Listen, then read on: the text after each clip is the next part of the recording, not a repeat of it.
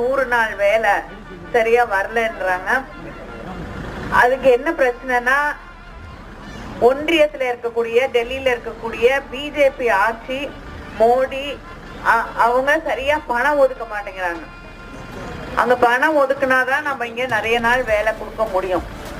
ஆனாலும் நம்முடைய முதலமைச்சர் இன்னும் அதிகமாக இப்ப கொடுக்கறத விட அதிகமான வேலை கொடுக்கணும்னு சொல்லியிருக்காங்க.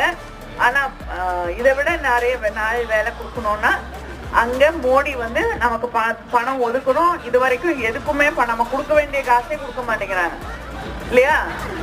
அதை வச்சுதான் நம்ம 1000 ரூபாவோ மகளிர் உரிமை தொகையோ எல்லாமே அதை வச்சுதான் நம்ம செய்து கொண்டிருக்கிறோம்.